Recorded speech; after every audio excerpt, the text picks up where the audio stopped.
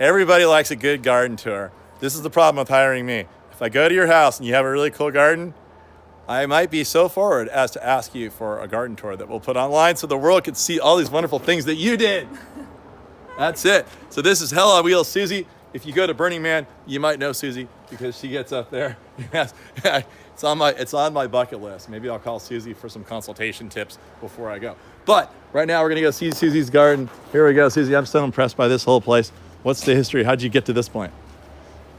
Well, it's taken on a life of its own. It's started 25 years ago, and it's gone through different iterations. My mother-in-law keeps telling me, "Isn't it done yet?"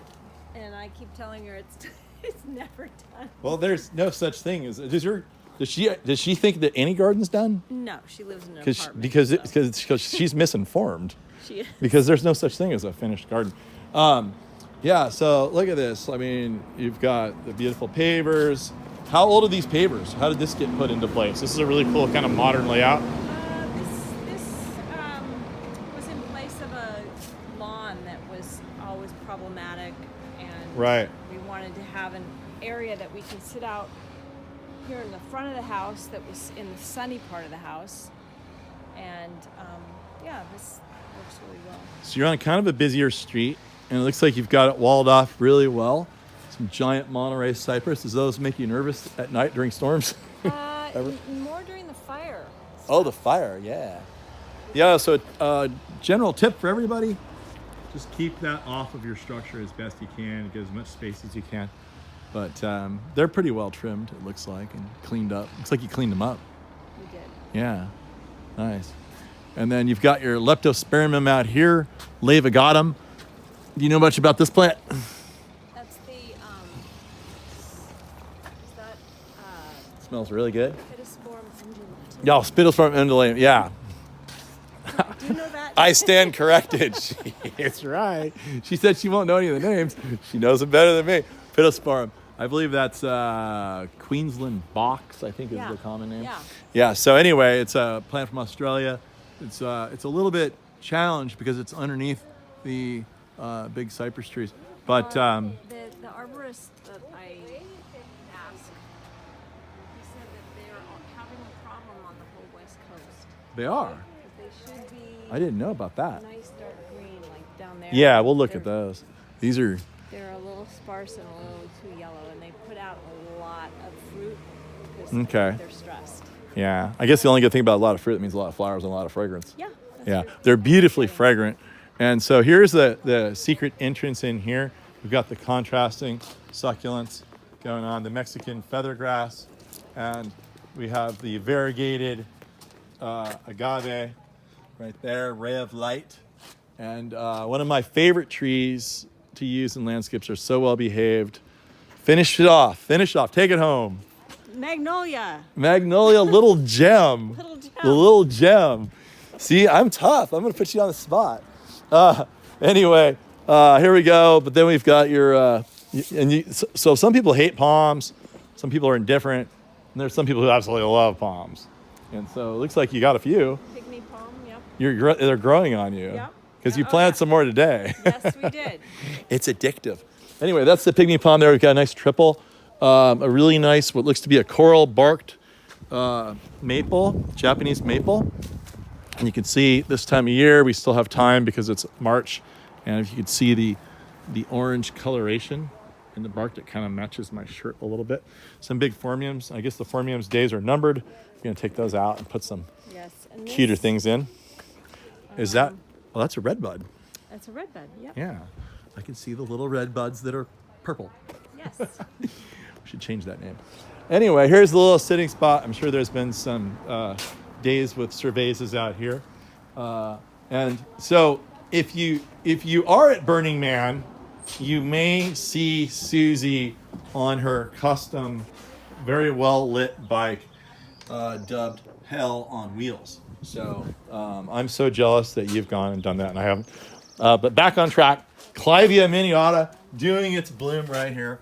Super beautiful plant from South Africa, and it's super indestructible. It's a wonderful plant to use for color and foliage in dark spaces. And they also do well without rain on them. Some plants have problems with rain not being on them because they don't get washed off. Clivia seems not to care. And here's my favorite part of this garden that got me all excited when I got here. With the Mexican weeping bamboo. Here's another palm. Susie's going big on that. I got to get a big freeze frame of Susie in her garden. There's the blue Mediterranean fan palm right there. And it looks like we have two different variegated types of daphne. Susie pretty much designed and put this whole thing together. So she takes credit for this whole thing. Was this Aurelia here? It's been here a long time. We planted everything. Okay, but this was here when you came? No.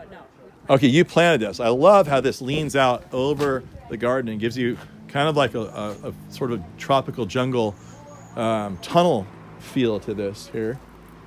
It's really pretty. It's not actually like very happy, but it's still awesome. I mean, when they get older like this, they tend to kind of like slow down, and the foliage isn't as huge. But I just love the Dr. Zeusiness of it. Look at that. There's the fruit on that. And here's a plant that didn't come from my garden, but Susie swears she bought a few more from my place. This is Beschneria albiflora from Mexico. Very happy. Like that one? Very happy there. And ginger, different ferns, and mondo grass. I told you that she did a good job. Look at this. It's so pretty. Here's the regular green Mediterranean fan palm as opposed to the blue one that we saw further back. Here's another form of Beschneria. This is the same genus. That's from you guys. Well, that's from us. Yep. Okay, that's the same. And I specifically picked out the most striped ones I could find. Yeah, we got 3 of those. Oh, you took them all. That one, I didn't have that many. one, and that one. Oh, yeah, they're all here. We did take them. Yeah. So the only problem with that, I'm glad I know where these are, because in about 5 years they're going to flower, and then they're going to multiply, and they will be an exact clone to each other. These are seed grown, and if you look at them closely, if you compare and contrast each one, remember how that looks, and then look at this one over here. Brighter yellow. All right, these are selections I made out of hundreds of plants, and each one of them is slightly different from each other. And so when these actually flower, and they'll actually have a bunch of offsets, which hopefully I will remember in 5 years to come over I'll let you know. and beg Susie for. So, but we've got all these wonderful, another nice sitting area back here with a nice rustic table. And here's the cool part. Okay, well, the whole thing's cool. But there we go with Senecio on the ground, playing next to the mondo grass. I love how the mondo grass like envelops the whole entire garden. It's the constant that is the edging throughout the whole entire space. So you have really good design acumen. What do you do for a living? I'm a jeweler. You're in the arts. No wonder. No wonder this turned out so well. Design and jeweler. Yeah, no wonder. You could have been a landscape designer. I could. Absolutely. Yeah. Although, Yeah. But you're doing well enough in what you're doing. You don't need to moonlight doing that. So please don't call Susie for design advice. You can call me up. There's my plant. Do you know about this one? No. No. I don't. That I just plant. liked it. That plant's named after my wife. Really? Yeah. Oh, cool. Yeah. That was a crazy variegate that came in my garden as a mutation on a bigger plant, and I isolated it. And there's a big long story about it. But ultimately, I patented it. And now it's all over the world, and supposedly I get 50 cents per plant that's produced anywhere in the United States. So What's it called? It's called Agave attenuata Cars Stripes, because she has this creamy Norwegian skin, which is really beautiful, and the plant has this beautiful creamy color in the middle, and the regular color of the plant is the color you see on the outside. So there's Cara's beautiful creamy Norwegian skin stripe painted into the plant. So perfect. And I got some points from her for naming a plant after her. Okay, now we have a wonderful look. Here's a better example of the Pittosporum undulatum. I think I got it right this time. But that is really beautiful. You know, I wonder if it's because there's more light sneaking around your structure here. I don't know. Because there is a shade pattern on the house. I don't know. Maybe not. I'm not sure. But something's different. But these trees are doing better down here too. Oh, I see. Those. Yes. So So, well, yeah, whatever it is. But that's a beautiful hedge. You'll see these all through Southern California, especially for big 20, 30-foot privacy hedges on the big estates. And, okay, what else? So this big, long, beautiful deck. We're more focused on plants, though. The back of the garden is contained and privatized by Podocarpus gracilior, which actually isn't Podocarpus gracilior anymore. And it is now Afrocarpus gracilior. Oh. Yeah, they change. Once you learn the names, they change them, just to make you look dumb. Okay. Yeah. So I try to keep on top of it, but somehow I always find a way to still look dumb. Another pygmy palm back here. Do you know the name of this? You know, that's some sort of rush. I believe that's from Africa. I don't know the name of that, but that's really interesting there. Yeah. Did you see how I walked right by it because I didn't know the name of it, just so I could look, so I didn't look dumb? You got me. I got you. You made me look so dumb. I'm gonna have to delete this whole part of the video. Yeah, We gotta start over. Yeah. Can we start over? No? All right, let's keep going. All right. What I also like about this garden is this beautiful island in the middle. Like you have a big giant patio, and this is kind of a unique use of space. It's just to make it more intimate and interesting. Well, I should let the designer talk. No, we're actually gonna take out some of that stuff and put in more interesting things. Probably go back to Golden Gate palms and Yay. get more interesting stuff because we want more palm tree. Oh, more kind of tropical, yeah. Tropical look. Well, you'll find that all the tropical plants, they cheer you up in winter because they don't take a day off. Oh, okay. They don't lose their leaves or anything all winter long. Yeah. But I like the whole concept here. And I especially like this contrast right here with this beautiful variegated geranium playing with this senecio. Isn't that just the most beautiful coloration you've ever seen? Is this a big echeveria? Look at that thing. That is really pretty. That's in the height of its days right there. So gorgeous. Acanthus, it's always a plant that, well, here's the problem. We can't get rid of them. Yeah. So Hey, one thing coming back. Yeah, one thing you don't want to do when you have a main center plant in a pot is to plant a really aggressive plant in the same pot. It actually never got planted. It just came in the soil. Came in the dirt. Yeah. There it is back there. Acanthus is beautiful, but it is a total pain if you ever want to get rid of it. Yeah. And actually, you kind of have to cut it, but you cut it back every year. Every year, and yeah. it dies down in August. Yeah, so it doesn't look that. I mean, it looks great now. Nice now, yeah. It looks beautiful now. I mean, it looks incredible. Takes over. We've got some It looks really incredible now. Nice rocks and things that are Yeah. totally covered. Most things that require that much maintenance look incredible when you're not maintaining them, Right. or when the interval when they're there, which legitimates a little bit of their maintenance. But there is a beautiful contrast with that Beschneria against that dark green acanthus. Look at that. How That's big will that Beschneria get? Not that big. Maybe 3 times that size before it sends out a crazy big pink flower. Oh, cool. And Yeah, that's- that's what I remember seeing on the. Yeah, and then in about another 3 or 4 months after that, that's when you call me. Okay. You're like, Gary, you bring over a bunch of beer, and I'll give you some offsets. Okay. That's how it works. Got it. So here's the flower of the acanthus. Super beautiful, but oh, what a pain. And that's one of the reasons why this plant, this is a camphor leaf lime, and Susie was complaining that they don't get any fruit on it, but which is a bummer because the fruit's really incredible. But the part of that is because this guy's sucking all the moisture and nutrients and everything else and robbing this poor guy up top. And then it's always the main plant that seems to suffer the most. I don't know why.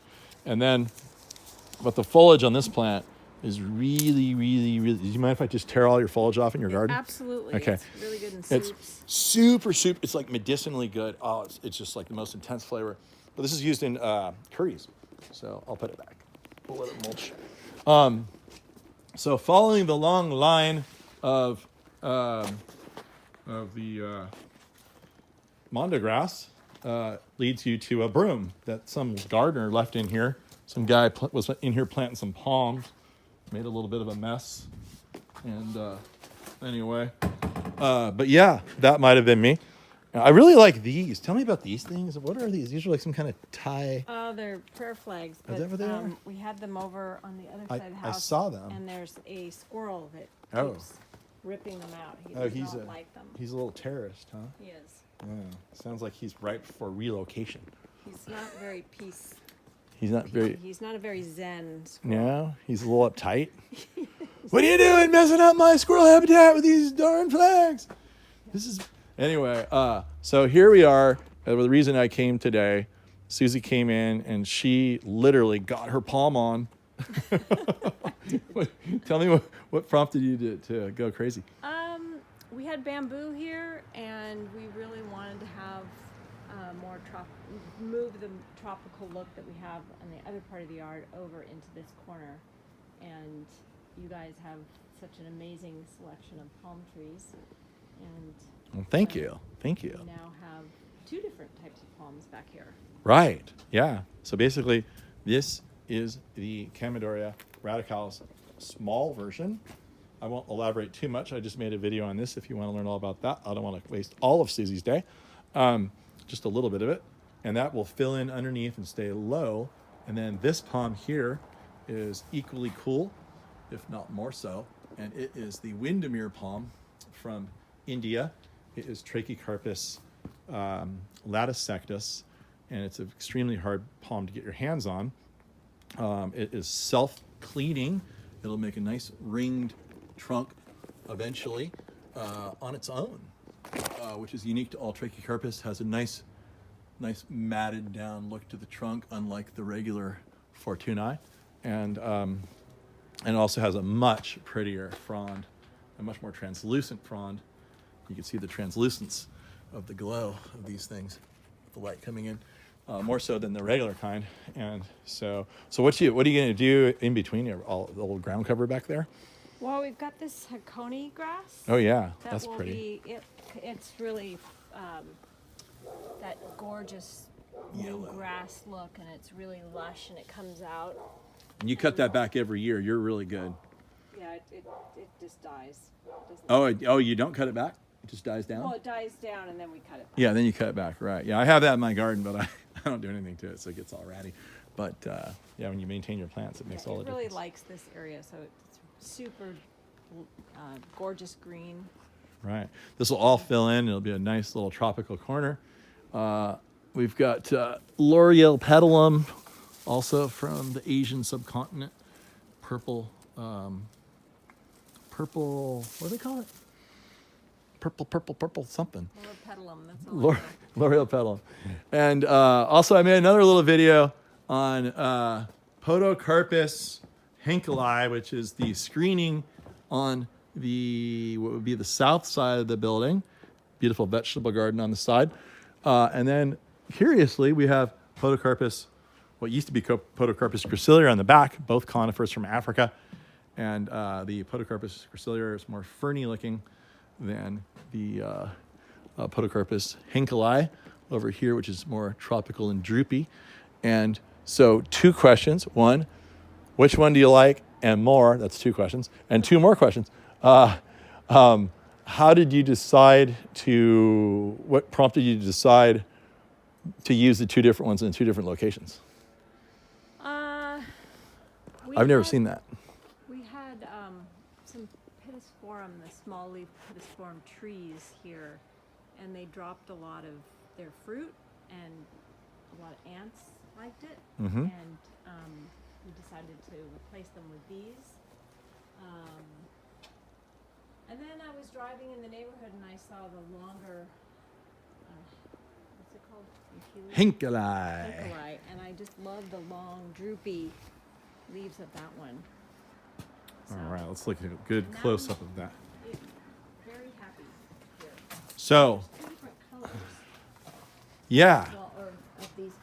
Well, lots. there's even, there's like 3. There's the old leaves that are turning yellow. There's the mature foliage, which is beautiful green. And then there's this crazy pink. Or new. Oh yeah, or green. the real new green there. So there's actually 4 colors. It's a multicolored plant. But look at the coloration in there, right there. That's really pretty. Not that you'd be this close to a Podocarpus henkeli spending a lot of time, but if you were, that's what you would see. Now, I'm going to call you out on one thing in your design that no Okay. one else will ever Notice. All right. Because that's what I do. What is it? What's curious about this particular hedge? I don't know. You don't know. Let's keep walking. I'll give you a hint. I'll tell you when you're warm. Oh, well, we have one Oh! tree that doesn't match the others. You can't fool me. We had an extra one. That we Is that what happened? I was going to say that. stuck it down. I noticed that. I was like, well, that's interesting. It's interesting they have the two different hedges, but it's also more interesting that I thought maybe this one was already here or something. And but no, this is the regular, the more common Podocarpus gracilior, which is now Afrocarpus gracilior, and then the Henkeli. So they're side by side here, which is a nice spot for comparison. Anyway, so everybody needs a good spot to throw their garbage cans. This is where we do it here, just in case you're visiting, you want to know where the garbage is, that's where it is. And so you do have, I know you're mad at one of your Formium out front. I know you're going to get rid of that one. When you do, I could probably come over here and throw it in my truck and salvage it. You can take it today. Just not today. Okay. Well, maybe. I don't know. Let me see. Maybe it'll come up easily. But anyway, this is a real pretty one here. Some beautiful ferns. What's really nice about this garden is the fact they've raised a lot of the elevations, which just create this beautiful mountainous feeling. You can get low and see how high we're talking, probably about 2.5 to 3 foot to the apex, maybe higher. And then you have two really great trees. Do you know these trees? That's a maton tree, Exactly. and I think this is a something pear. No, Is that right? no, this is a camphor tree. Oh, camphor tree. Yeah, I believe it's from India. But the beautiful thing about this tree, have you ever crushed up the leaves and really gotten intimate with them? No. Here, smell that. Oh yeah. Woo! Isn't that good? Yeah. Yeah, so I'm not sure what you do, Put that but in our, in your shower, pillow. in our Crush it up and shower. put it in your pillow, your shower, or something. But anyway, this is an evergreen tree. Let's see, does the botanical name escape me at the moment? The camphor tree is cinnamomum. No, it's, I forget. I'd have to look it up. There's an interesting story about this one. Yeah, let's hear that. This one was planted when we first got the house about 25 years ago in 1996, I guess it was. Okay. And there was a massive storm, and it got a windstorm, and it got decapitated. It was only about Whoa. 4 feet tall, What? and it was just, it was too stormy. It was in December, so we just left it, the poor stalk, out there, and we had little kids, just left it there. And then after a few, maybe, I don't know, 6 months, it started to sprout and come back to life. And then it started to become a tree again. And then we eventually moved it out to the front yard where it got more sun. So wait. And there it is. So hold on a minute. Now, when did all that start? When did it? That was in 1996 or 1995. Something So like this that. tree is only 24 years old, and it was heavily abused. It got decapitated. It got decapitated, and it was relocated. Yes. So that's really incredible because you did something right here, because these trees take sometimes 30, 40, 50, 60 years to get this big. Wow. This is one of the bigger ones I've ever seen around here. There are really old houses that have trees that are half this size, that are 40, 50 years old. And I tell people, you can't really plant a mayten tree. It's a Maytennis borealis. It's native to Chile. I've seen it in habitat. It's a real beautiful tree. To me, it looks like a weeping willow that does not lose its leaves, and it's very neat. It doesn't get as The birds love it. yeah. And so it's if it were sunny right now, the whole thing would be aglow, and it's really beautiful. And in this case here, it's a wonderful thing because there's a big, giant, ugly pole. You don't even notice. You didn't even know it was there until I pointed it out. Where is it? So you can't even see it. It's right there, hidden away by this mayten tree. So a wonderful. Your eye will always stop. Even if you see something beyond it, you won't notice it because your eye will stop on the very first thing it sees. And so keep that in mind when you're trying to partially screen things. This is not a total screen, it's a partial screen, but it's all you need. But yeah, most of the time I tell people, forget it. You're not going to see your Maytan tree big enough while you're here Wow. Look for at it to that. matter. And so Amazing. this is like the most remarkable growth rate Maytan story I've ever heard. I'm going to start a whole new channel called Maytan Stories. You think that'll work? I think so. Yeah. You can start with this one. All right, Susie. Well, we know which bike to look for you on All at right. the Burning Man. She promises to take me up there because I'm a rookie. I don't know what to do, and but I'll get my bike all fixed up. Thanks for having me. And we're gonna do the new coronavirus Oh, yeah. thing like that. I was thinking like military style, like real formal, or Shin- that, or shin something. bump or something. I'm gonna do a whole dance. I'm gonna figure out my own dance. I'm gonna do the bow. Oh, that's right. That's a good one. Yeah. I like that. Depends who you're doing it to. Yeah. What if that's you don't true. like them? What do you do? I think you do the. Oh, that one. Like, whoa, stay away. Yeah. Stay away. Keep your distance from me. All right, All we'll have a right. whole bunch of new handshakes. Thanks a lot for the garden tour. You're welcome. All right.